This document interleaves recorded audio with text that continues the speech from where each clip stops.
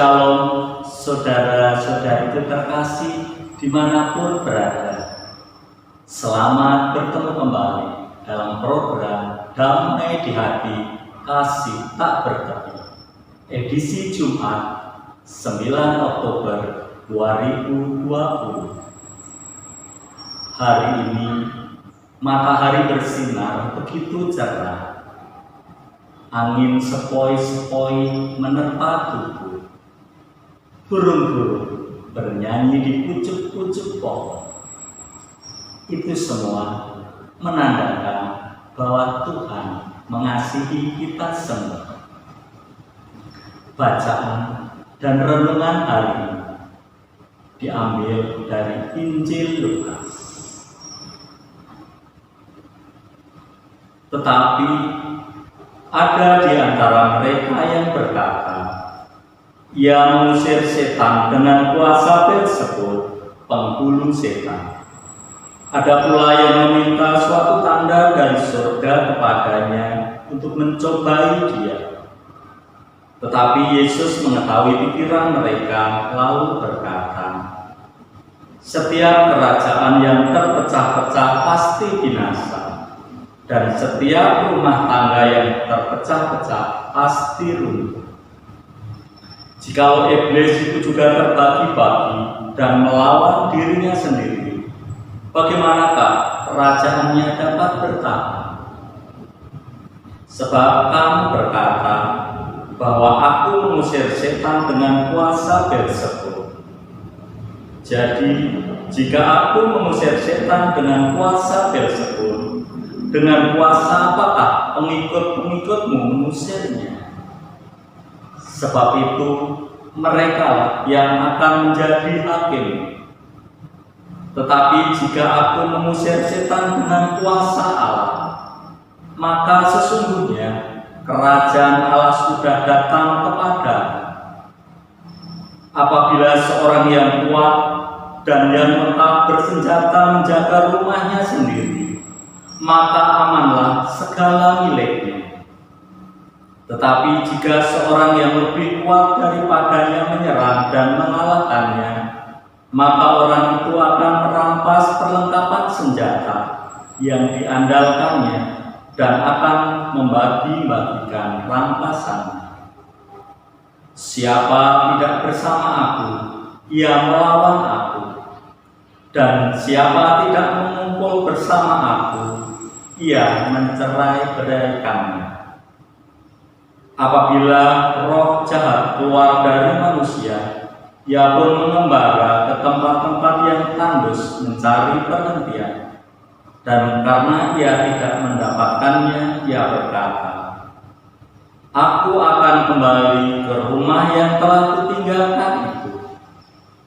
Maka pergilah ia dan mendapati rumah itu bersih tersapu dan rapi teratur. Lalu ia keluar dan mengajak 7 roh lain yang lebih jahat daripadanya, dan mereka masuk dan berdiam di situ.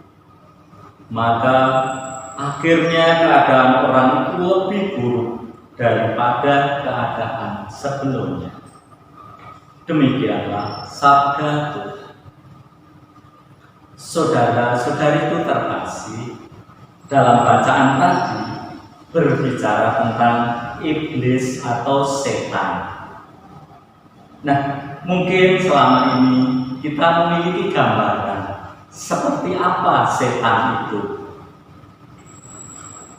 Mungkin kita dalam kehidupan sehari-hari mengenal yang namanya genderuwo, yaitu makhluk yang menakutkan, yang tinggi besar berbulu seperti orangutan.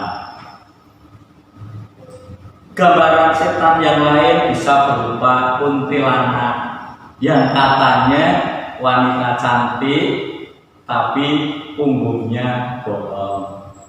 Atau mungkin gambaran setan yang lain, ada yang namanya tuyul,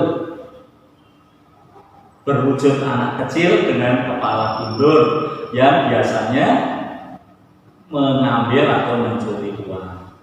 Atau mungkin ada gambaran setan yang lain yang dinamakan pocong, ya, yang jalannya melompat-lompat. Nah, apakah setan itu gambarannya seperti itu? Iblis itu gambarannya seperti itu, selalu menakutkan. Saudara-saudariku terkasih, coba kita lihat, apakah saudara-saudariku pernah berjuang untuk bangun pagi, mandi, lalu mengerjakan aktivitas sepanjang hari? Kalau sudah, berarti saudara-saudariku sudah mengusir setan kemalasan. Apakah saudara-saudariku sudah bersyukur apabila ada saudara, ada teman, ada kerabat yang berhasil?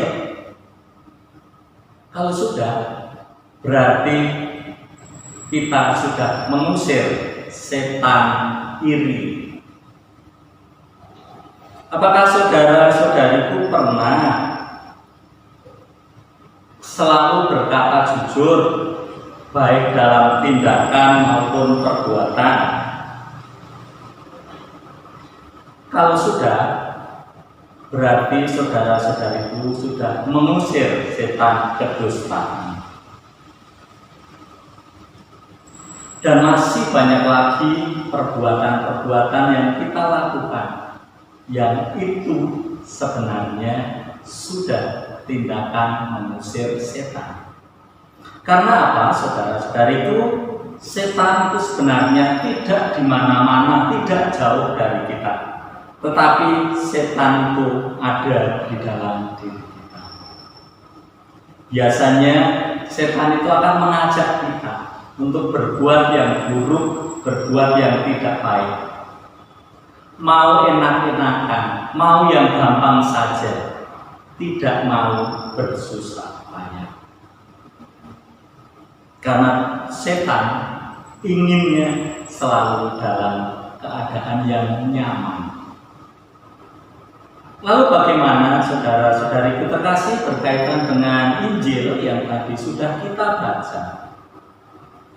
Dalam Injil tadi, Yesus mengajak kita untuk semakin dekat dengan Tuhan. Bagaimana caranya agar kita bisa semakin dekat dengan Tuhan? Bisa lewat doa, bisa lewat membaca kitab suci, bisa lewat segala tindakan kita dalam aktivitas sehari-hari, dalam keluarga, di tempat kerja, di gereja, dan di komunitas-komunitas kita. Kita perlu semakin dekat dengan Tuhan, karena tenaga dan pikiran kita terbatas.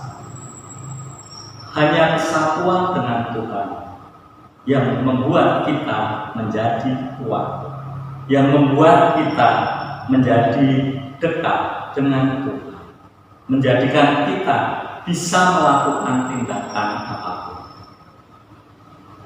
Saudara-saudariku terkasih, ada peribahasa, bersatu kita teguh, bercerai kita runtuh.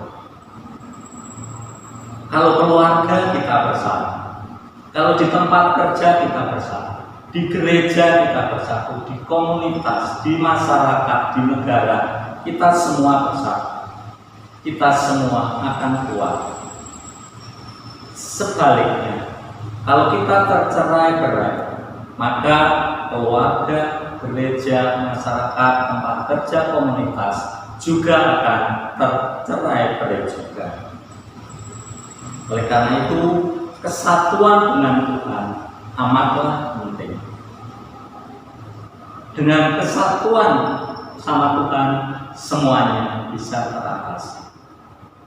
Kita tidak hanya mampu mengusir setan yang ada di dalam diri kita, tapi kita bisa melakukan banyak hal, terlebih dalam mewartakan kerajaan. Saudara-saudari kita terkasih, semoga kita semua mampu bersatu dengan Tuhan, sehingga kita bisa mengusir setan-setan yang ada di dalam diri kita, sehingga keluarga kita, komunitas kita, gereja kita, masyarakat kita, negara kita bisa kuat. Bersatu teguh, bercerai runtuh, peribahasa yang harus kita ikuti. Jika kita bersatu dan tetap teguh, niscaya Tuhan akan selalu memberkati. Demikian program Damai di Hati Kasih Tak Terbatas. Tuhan memberkati.